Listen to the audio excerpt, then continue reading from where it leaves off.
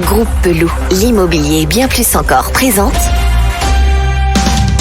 Le Grand Matin Sud Radio Week-end. Osez investir. Thomas Binet. Bonjour, vous êtes sur Sud Radio et vous écoutez Osez investir, votre rendez-vous hebdomadaire sur l'investissement réussi, achat, vente, conseil et innovation. Tout pour vous accompagner dans vos choix de placement. Bonjour Thomas Binet. Bonjour Philippe. Au sommaire de ce 14e numéro. Le tour du propriétaire, les informations prioritaires de la semaine. Le professionnel de la semaine, nous recevons Jérémy Benmoussa.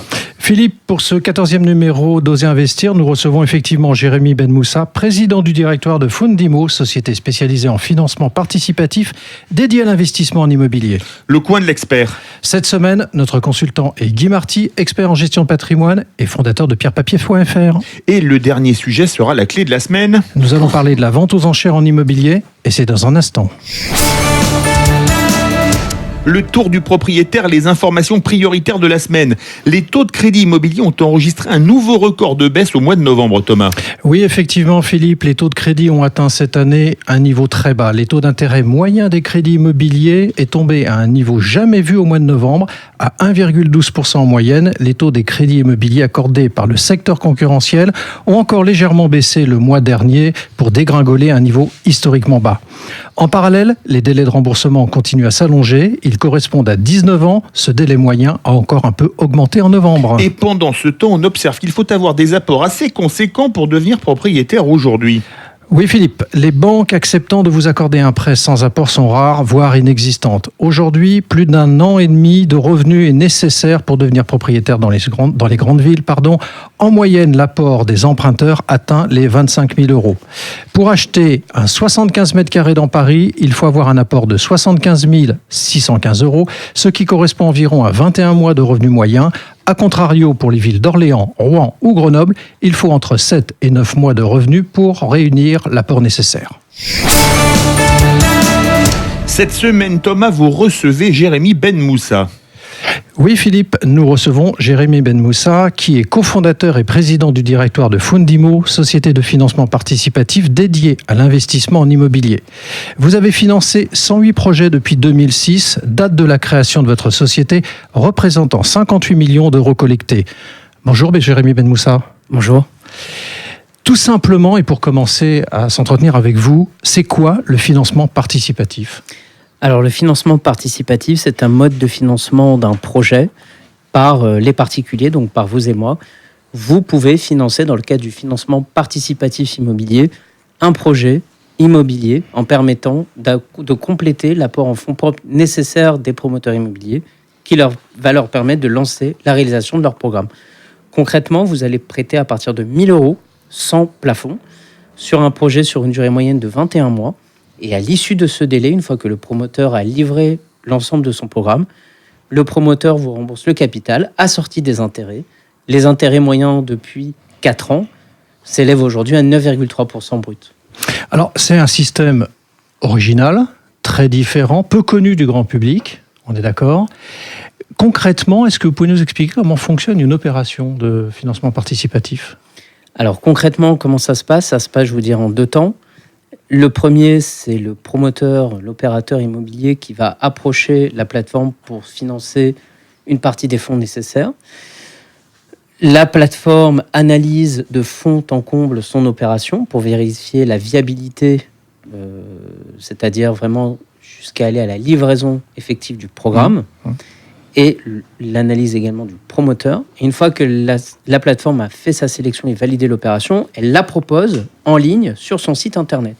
Et l'avantage du crowdfunding, par rapport à d'autres formes de placement, c'est que l'investisseur peut choisir d'investir, d'accompagner les projets en direct sur la plateforme. Donc c'est un mode d'investissement direct, transparent. L'investisseur souscrit en ligne, donc à partir de 1 000 euros. Il place ces 1 000 euros. Le promoteur achète le terrain, construit et commercialise l'opération. Et une fois le programme livré, le promoteur rembourse l'investisseur du capital et des intérêts qu'il a accumulés durant la période. Est-ce qu'il y a un client type pour ce type d'opération ou ça s'adresse à tout le monde ? Est-ce que vous avez un portrait robot à peu près de l'acquéreur ou de celui qui veut faire du financement participatif ?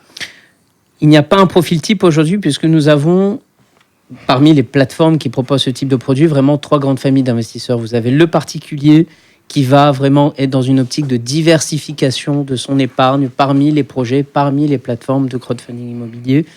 Ce sont des personnes qui investissent en moyenne 1 500 € 6 à 7 fois par an sur les plateformes. Ça représente en moyenne aujourd'hui 2/3 des investisseurs, donc c'est un produit qui se démocratise. Vous avez ensuite des investisseurs qui sont un peu plus expérimentés et fortunés, qui peuvent investir 10 000 € à raison de 3 à 4 fois par an, donc plutôt un ticket de souscription moyen par an de 40 000 €. Et puis, on travaille également avec des investisseurs qui sont intermédiaires via leur gestionnaire de patrimoine, puisque c'est un produit de diversification. Et là, on est sur des souscriptions qui peuvent atteindre et dépasser 100 000 €. Alors, quelles sont les démarches par lesquelles je dois passer si je veux utiliser ce mode de financement ? Est-ce qu'il y a quelque chose de typique à respecter ? Le premier élément à bien vérifier, c'est de vérifier si les plateformes sont bien, la plateforme par laquelle vous souhaitez passer est bien réglementée. Vous avez un registre qui permet de vérifier si la plateforme est réglementée. Vous avez l'ORIAS, vous allez sur le site de l'ORIAS, ORIAS, et vous pouvez taper le nom de la plateforme pour vérifier qu'elle est bien réglementée. Donc déjà passer par une plateforme réglementée. Ensuite, en termes de sélectivité de la plateforme, moi j'ai juste un conseil à vous apporter aujourd'hui en tant que également président de Financement Participatif France, qui est l'association phare du crowdfunding en France, qui est de faire la somme du total des montants collectés par la plateforme de 2016 à 2018, donc sur 3 années, et vous comparez cela au montant qu'a effectivement remboursé la plateforme. Si la plateforme a au moins remboursé 30% du total collecté sur les 3 dernières années, vous considérez que c'est une plateforme sérieuse, professionnelle, et qu'a priori, vous pouvez investir en sécurité. Alors, vous venez de dire qu'il fallait vérifier auprès de l'ORIAS. Justement, y a-t-il des arnaques ou des pièges communément rencontrés et sur lesquels vous pourriez effectivement nous donner votre éclairage pour faire attention ? Alors, il y a 2 choses. La première, est-ce que c'est un produit à risque ? Oui, c'est un produit à risque. Je vous ai mentionné. C'est pas le seul. C'est pas le seul, mais à 9,3%, il y a un risque, certes. Est-ce qu'on dénote aujourd'hui, est-ce qu'on nombre des arnaques à ce jour en France ? Non, c'est-à-dire concrètement, toutes les plateformes qui agissent aujourd'hui sont régulées par l'autorité des marchés financiers. Donc, je vous dirais qu'il y a un contrôle assez strict des plateformes. Et les résultats sont là. En 4 ans, sur 100 projets dans lesquels vous auriez investi, vous auriez gagné de l'argent sur 99 projets sur 100. Le taux de défaut de la finance participative immobilière en 4 ans est inférieur à 1%. Donc, c'est un produit de placement qui a aujourd'hui commencé à prouver sa viabilité. Jérémy Benmoussa, pendant toute la durée de votre interview, notre consultant en immobilier Bernard Cadot vous a écouté, il est à nos côtés et il va vous poser la question bonus. Bernard Cadot, c'est à vous. Oui, bonjour Jérémy. Le crowdfunding est assez répandu, voire très répandu dans d'autres pays que le nôtre. Pour l'instant, ça démarre en France. Est-ce que vous sentez que le grand public adhère ou est-ce que vous sentez encore une forme de défiance ? Parce que c'est pas évident de souscrire en ligne, c'est quelque chose qui est assez nouveau. Donc, comment ça se passe à ce niveau-là dans l'opinion publique ? Alors, d'un point de vue des chiffres de la collecte, on voit que c'est un produit qui se démocratise. Si je me focalise sur l'immobilier, en 2016, 30 millions d'euros avaient été collectés. Cette année, en 2019, on va dépasser les 350 millions d'euros de collecte. Je vous disais tout à l'heure que 2/3 de nos investisseurs sont des particuliers. Vous considérez donc qu'il y a une forme de démocratisation par le chiffre déjà qui arrive. Je vais vous prendre un deuxième exemple. C'est la durée de collecte réalisée par les plateformes. Aujourd'hui, la collecte moyenne aujourd'hui en financement participatif immobilier, elle tourne autour de 600 000 euros.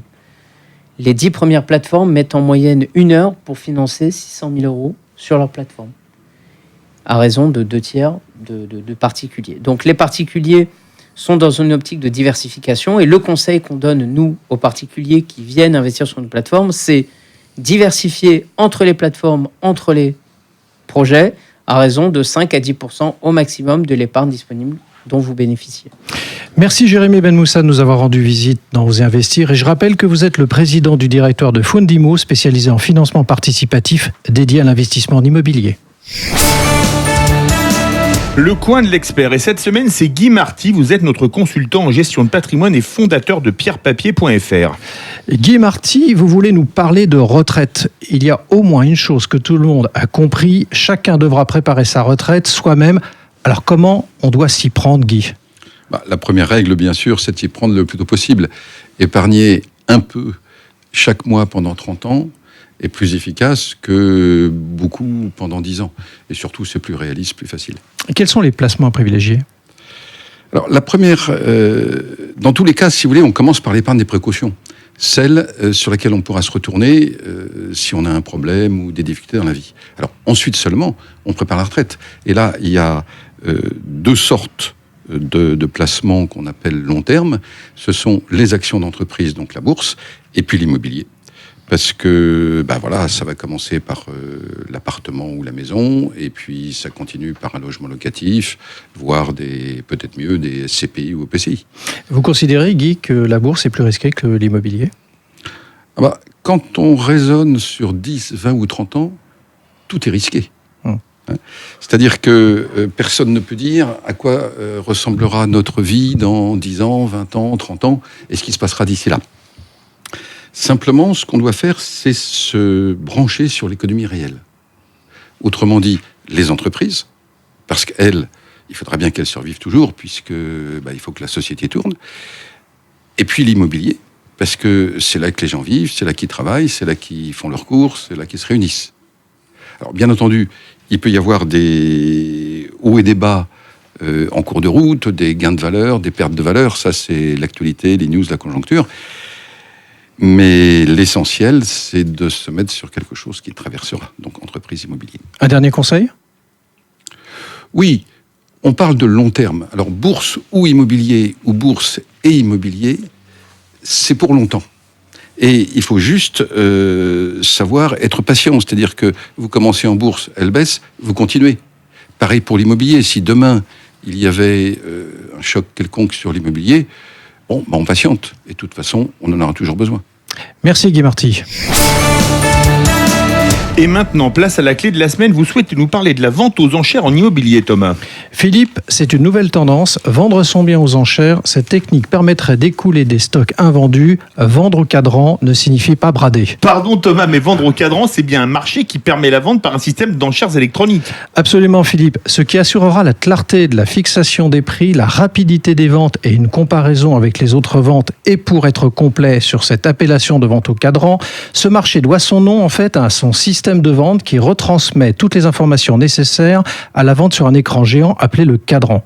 Tout ceci permet de vendre au prix le plus juste puisque finalement, c'est le client qui détermine le prix du bien. De plus, il y a moins de chances que le bien ne trouve aucun acquéreur. Vous voulez nous parler, Thomas, de la société Cadran. Cadran avec un K est la première plateforme de négociation des prix de l'immobilier par un système d'enchères. Il propose des enchères progressives comme des enchères dégressives. Il y a un prix de départ et un prix de réserve. Le client fait une offre et envoie son dossier. Cadran transmet le tout au propriétaire. Et alors, comment ça marche ? Eh bien, il vous suffit de vous rendre sur le site cadran.imo. Vous vous trouvez alors sur une salle de vente interactive. L'enchère va démarrer à un prix de départ. Prenons pour exemple 200 000 €. Ce prix diminuera ou augmentera toutes les 30 secondes du prix du palier défini. Une fois l'enchère terminée, l'offre ainsi que le dossier du client sont transférés au propriétaire. Libre à lui de l'accepter ou de le refuser. Sachez que par précaution, toutes les offres faites durant les enchères sont sauvegardées. De ce fait, si l'offre principale rencontre le moindre problème, alors la seconde est envoyée au propriétaire et ainsi de suite jusqu'à la décision finale. Voilà, c'était le 14e numéro d'Oser Investir, l'hebdo de l'investissement réussi. Merci de nous avoir suivis. Vous pouvez retrouver l'intégralité de l'émission sur sudradio.fr dans la rubrique podcast ou sur vos smartphones en téléchargeant l'application Sud Radio. Et dorénavant sur oserinvestir.fr où vous retrouvez l'émission filmée et bien plus encore. Bon dimanche et à la semaine prochaine. Besoin d'un spécialiste en immobilier ? Depuis plus de 50 ans, le groupe Pelou est le partenaire de toutes vos opérations immobilières. Avec 3 structures complémentaires qui vous apportent des solutions immobilières sur mesure. Besoin d'informations ? Retrouvez-nous sur groupepelou.com. Groupe Pelou, l'immobilier et bien plus encore.